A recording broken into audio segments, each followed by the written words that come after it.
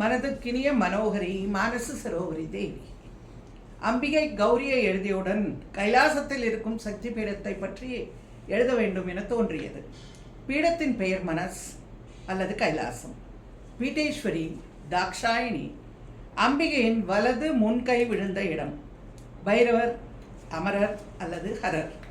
மாத்திருக்கா அக்ஷரங்களில் ஓக்கான இடம். அக்ஷர தேவி அஸ்வினி தேவி. அக்ஷர தேவி 6 முகங்கள் 12 திருக்கரங்களுடன் மயில் வாகனம் கொண்டவள். அம்பிகை சிவப்பு நிறமானவள். மானச பீடத்தின் தேவியை குமுதா என்றும் அழைக்கிறோம். அன்னை தாக்ஷாயினி தக்ஷனின் அன்புக்காக மகவாக இறங்கி வந்து அருள் செய்தாள். அந்த கருணைக்கு பதில் தக்ஷனது அகங்காரம் என்றால் அதையும் அழிப்பது தேவியின் கருணை தானே. தந்தை செய்யும் யாகம் என்றாலும் அதை அழித்து காட்டினாள் அம்மை. அதனால் பிறந்ததே இந்த சக்தி பீடங்கள். ஆக சக்தி பீட நாயகியே அம்மை தாக்ஷாயினி. பக்த மானச ஹம்சிகா லலிதா சகஸ்ரநாமம் 372வது நாமம். இமயத்தின் உயர்ந்த பகுதியில் இருக்கும் மானசரோவர் எனும் இந்த ஏரி.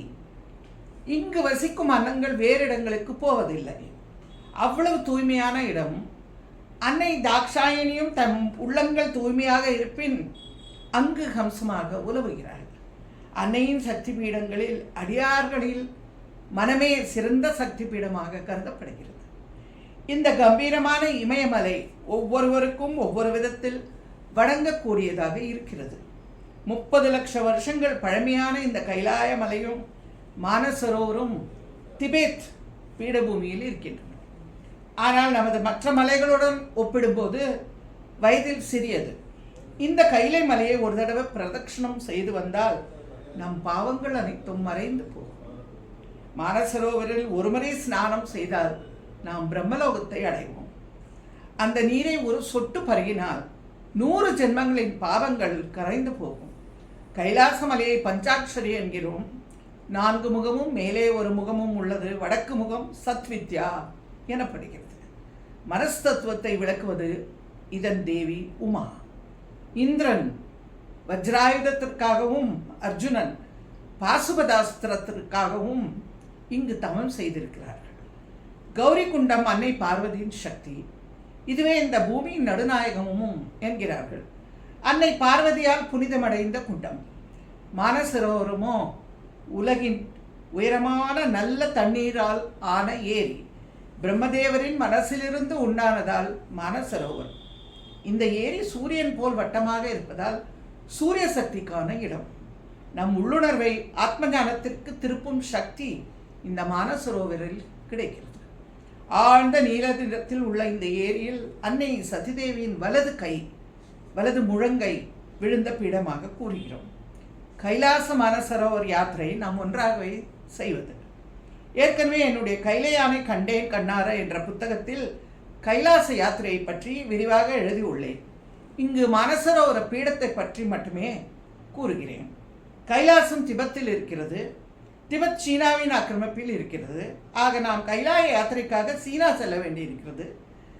நாம் நேபாளத்தில் காட்மாண்டு வந்து அங்கிருந்து நேபாளத்தின் எல்லை கிராமமான கோட்டரி தாண்டி ஃப்ரெண்ட்ஷிப் பிரிட்ஜ் மேல் நடந்து சீனா கஸ்டம்ஸை முடித்து கொண்டு ஜாங்மு வழியாக நம் கைலாச மானசரோவர் யாத்திரையை தொடங்குகிறோம்.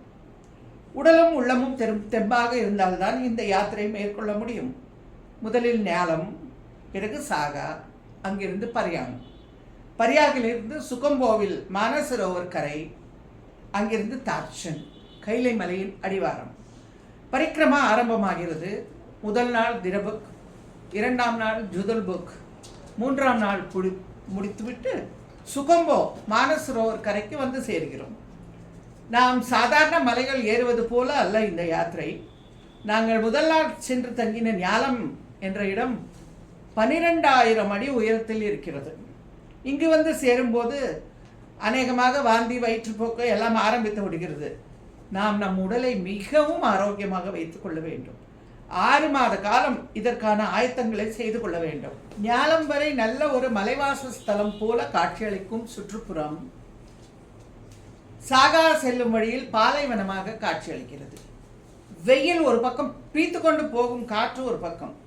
எங்கு பார்த்தாலும் மண்மலைகள், மண் ரோடு, கண்ணுக்கு கண்ணாடியும் முகத்திற்கு டஸ்க் மாஸ்க்கும் அணிந்து கொள்ள வேண்டும்.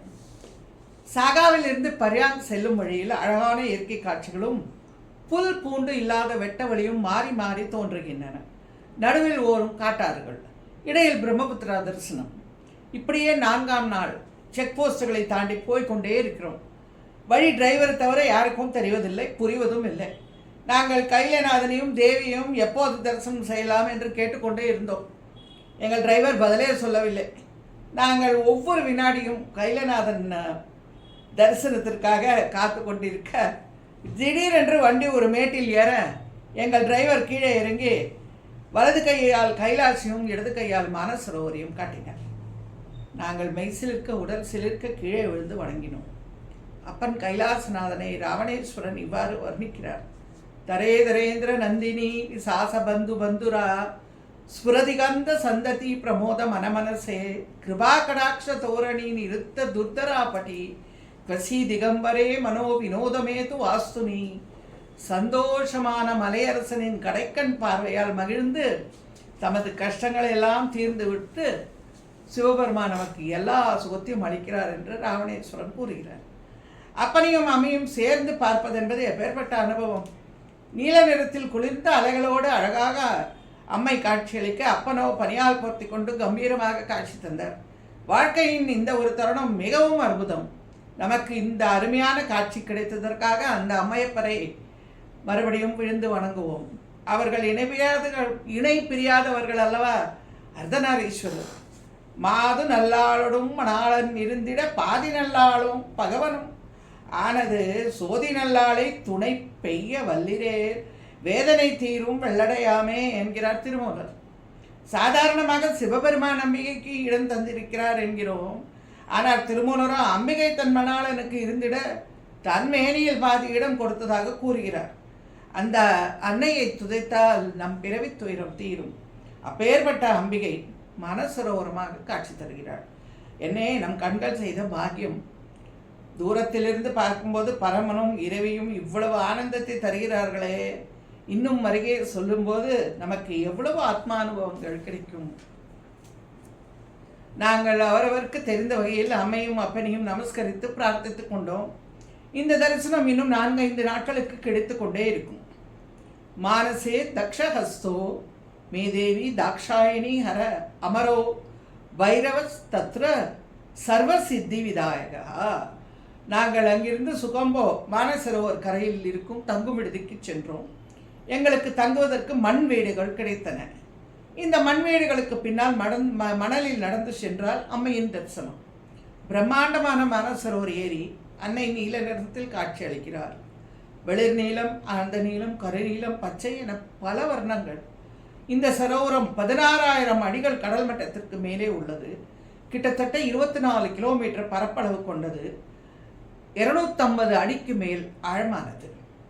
சதி தேவியின் முன்கை விழுந்த இடத்தில் ஒரு பெரிய பள்ளம் ஏற்பட்டு பின் கைலாசவாசனை வணங்க தவசீலர்களுக்காக பிரம்மா தன் மனசிலிருந்து இந்த தெய்வீக சரோவரத்தை உண்டாக்கினார். அன்னை ஜுவாலையாகவும் ஆரண்யமாகவும் குளமாகவும் மலையாகவும் தரிசித்த நமக்கு இங்கே அருமையான சரோவரமாக காட்சி தருகிறார். இந்த சரோவரத்தில் காஞ்சன தாமரைகளும் ஸ்வர்ண அன்ன பட்சிகளும் உண்டு என்கிறார்கள்.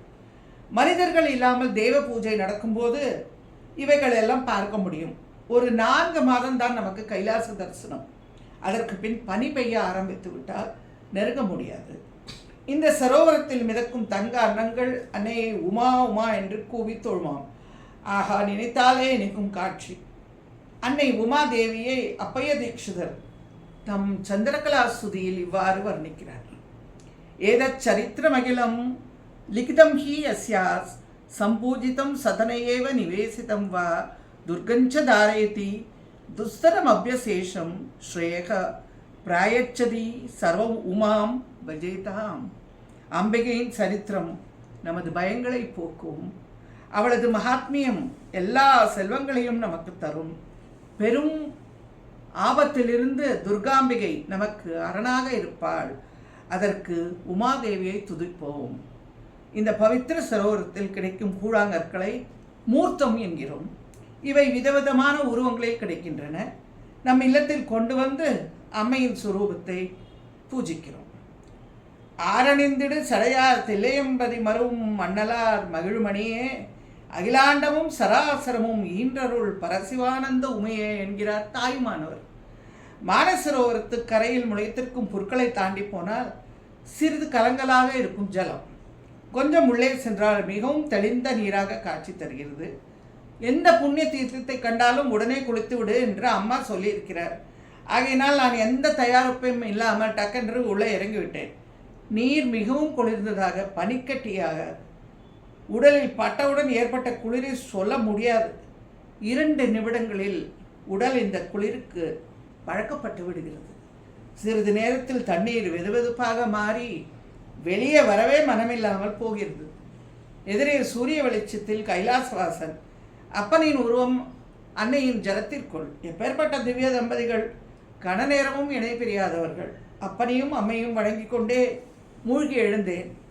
அம்மையின் அரவணைப்பில் இருந்து வெளியே வருவது போல இருந்தது. மனமே வரவில்லை. உடலும் குளிர்ந்து போவதால் மனம் மிகுந்த சாந்தியையும் சந்தோஷத்தையும் அடைந்தது. நான் சரோவரத்தின் அடியில் இருந்த மூர்த்தங்களும் கை நீரிய மண்ணும் அள்ளிக்கொண்டு எங்கள் இருப்பிடத்திற்கு வந்தேன். மற்றவர்களும் வரிசையாக குளிக்கச் சென்றார்கள். இரவு சில அபூர்வ காட்சிகளை காணலாம் என எல்லோரும் 2 மணிக்கு எழுந்து போகலாம் என்று கூறினார்கள். ஆகாயத்திலிருந்து தேவர்கள் நட்சத்திரங்களாக இறங்கி அம்மையின் தரிசனத்துக்கு வருவார்களாம். நாங்கள் எழுந்திருக்கவில்லை. அசதிதான் காரணம். மீண்டும் மறுநாள் காலை மானசரோவரத்தில் ஒரு புனித குளியல். அனைவரும் சேர்ந்து ஒன்றாக மானசரோவர் கரையில் ஹோமம் செய்தோம். வலது பக்கம் கைலாசநாதன் கம்பீரமாக காட்சி தர, இடது பக்கம் மாந்தாத்த மலைகள் மகோன்னதமாக நிற்க, நடுவில் அம்மையின் சுரூபமான மானசரோவரம். கொடியே இளவஞ்சி கும்பே எனக்கு ஒம்பே பழுத்தபடியே மறையின் பரிமளமே பனிமால் இமயப்படியே பிரமன் முதலாய தேவரை பெற்ற அம்மே அடியேன் இறந்து இங்கு இனி பிறவாமல் வந்து ஆண்டு கொள்ளேன். 22வது பாடல் அபிராமி அந்தாதி என்கிறார் அபிராமி பட்டர். ஜெகன்மாதா மென்மையான கொடி பூங்கொம்பு, அவள் வேதத்தின் மனம். வேத மாதா அவள் இமவானுடைய தவத்திற்கு இறங்கி அவருக்கு மகளானாள். அவள் இமயத்தில் விளையாடும் பெண் யானை, பிரமன் முதலிய தேவரின் அன்னை. அவள் இந்த பூமியில் நம்மை மீண்டும் பிறவாத வரம் தருபவள். பனியரசனின் மகளான அன்னை பார்வதி தேவியின் கருணைக்கு பாத்திரமானால் இந்த ஜகத்தையும் வென்று விடலாம் என்கிறார் பகவத்பாதா தன்னுடைய சௌந்தர லகரி 6வது ஸ்லோகத்தில். தனுகு பௌஷ்பம் மௌரி மதுகரமயி பஞ்சவிசிகா. நாங்கள் அனைவரும் அமர்ந்து ஹோமத்திற்கு வேண்டிய ஏற்பாடுகளை செய்தோம். சிவாச்சாரிய பெருமக்கள் அருமையாக ஹோமம் செய்து அந்த தீச்சுடரில் அம்மை அப்பனை தரிசிக்க வைத்தார்கள். அன்று மதியம் நாங்கள் தார்ச்சன் சென்றடைந்து அங்கிருந்து மறுநாள் கைலாய பரிக்கிரமா பிரதட்சணம் ஆரம்பம். நாங்கள் தார்ச்சன் செல்லும் போதே மானசரோவரையும் பரிக்கிரமா செய்து கொண்டே சென்று மீதியை கைலாய யாத்திரை முடித்து 3வது நாள் திரும்பி வரும்போது முடித்தோம். கைலாய பரிக்கிரமாவின் போது 2வது நாள் டோல்மா பாசுக்கு அருகில் கௌரி குண்ட் தரிசனம். பச்சை நிற பார்வதி தேவியே குடியிருப்பது போன்ற பச்சை நிற குண்டம். அன்னை சிவபெருமானை கணவனாக வேண்டி தவமிருந்த இடம். திருப்பி வந்து மீண்டும் மானசரோவரில் தங்கினோம். கரையில் மீண்டும் ஒரு அருமையான ஸ்நானம். பிறகு இரவில் நாங்கள் அனைவரும் ஒன்று கூடி அன்னை லலிதையின் படம் மற்ற விக்கிரகங்கள் எல்லாம் வைத்து லலிதா சகசரநாமம் வாசித்து அன்னைக்கு குங்கும அர்ச்சனை செய்தோம். வாழ்க்கையின் பெரும் பேறு இது. அர்த்தநாரீஸ்வரர் நம் வாழ்க்கையை அர்த்தமுள்ளதாக ஆக்கட்டும்.